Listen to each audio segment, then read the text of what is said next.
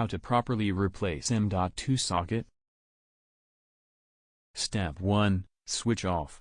Step 2. Unscrew and remove the black Bakelite. Step 3. Unplug the two-piece M.2 socket adapters from the port and replace it with new upper one. Step 4. After aligning the pin and inserting it, put the M.2 socket back into the port. Step 5. Put the Bakelite back and tighten the screws. How to plug M.2 SSD into M.2 socket in the right manner.